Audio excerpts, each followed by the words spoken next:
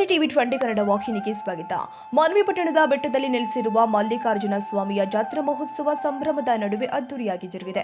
ರಾಯಚೂರು ಜಿಲ್ಲೆಯ ಮಾನ್ವಿ ಪಟ್ಟಣದ ಬೆಟ್ಟದಲ್ಲಿ ಇರುವ ಮಲ್ಲಿಕಾರ್ಜುನ ಜಾತ್ರೆಯು ಕಳೆದ 100 ವರ್ಷಗಳಿಂದ ಜರುಗುತ್ತಾ ಬಂದಿದೆ. ಆದರೆ ಮಲ್ಲಿಕಾರ್ಜುನ ಸ್ವಾಮಿ ಮತ್ತು ಶ್ರೀಶೈಲ ಮಲ್ಲಿಕಾರ್ಜುನ ಸ್ವಾಮಿಗೆ ಇತಿಹಾಸ ನಂಟು ಇತ್ತು ಎಂದು ಭಕ್ತರು ಮಾತನಾಡಿಕೊಳ್ಳುತ್ತಾರೆ. ಬೆಟ್ಟದ ಮಲ್ಲಿಕಾರ್ಜುನ ಸ್ವಾಮಿಗೆ ಭಕ್ತರು ನಡೆದುಕೊಂಡರೆ ಎಂದಿಗೂ ಕೈ ಬಿಡುವುದಿಲ್ಲ ಎಂದು ಭಕ್ತರ ನಂಬಿಕೆಯಾಗಿದೆ.